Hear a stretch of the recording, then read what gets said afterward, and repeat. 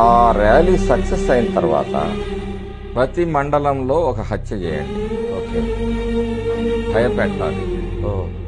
భయం నుంచి విముక్తులవుతున్నారు ఈ ప్రజలు, వీళ్ళని భయపెట్టాలి అనే ఒక దుర్మార్గపు ఆలోచనతోటి కొంతమంది వాళ్ళు రెచ్చగొట్టిన దానికి ఆ విధంగా చంద్రయ్య మీద హత్య చేశారు. చంద్రయ్య అనే వ్యక్తి కేవలం పార్టీ అభిమాని. పార్టీ అంటే పిచ్చి.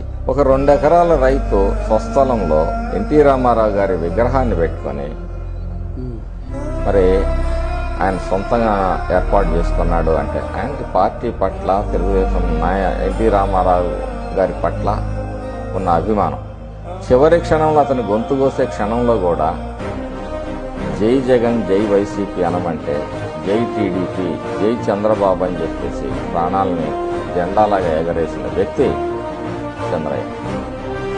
ఒక కార్యకర్త చనిపోతే అధినాయకుడు వచ్చి పాడబట్టి వాళ్ళ కుటుంబానికి ఆర్థిక ఆసరాగా నిలబడి కొడుక్కి నీకు భరోసాగా ఉంటానని చెప్పేసి హామీ ఇచ్చి కేడర్నందరికీ కూడా ధైర్యం చెప్పిన విధానం తెలుగుదేశం పార్టీలో ఒక నూతన ఒరవడిని సృష్టించింది.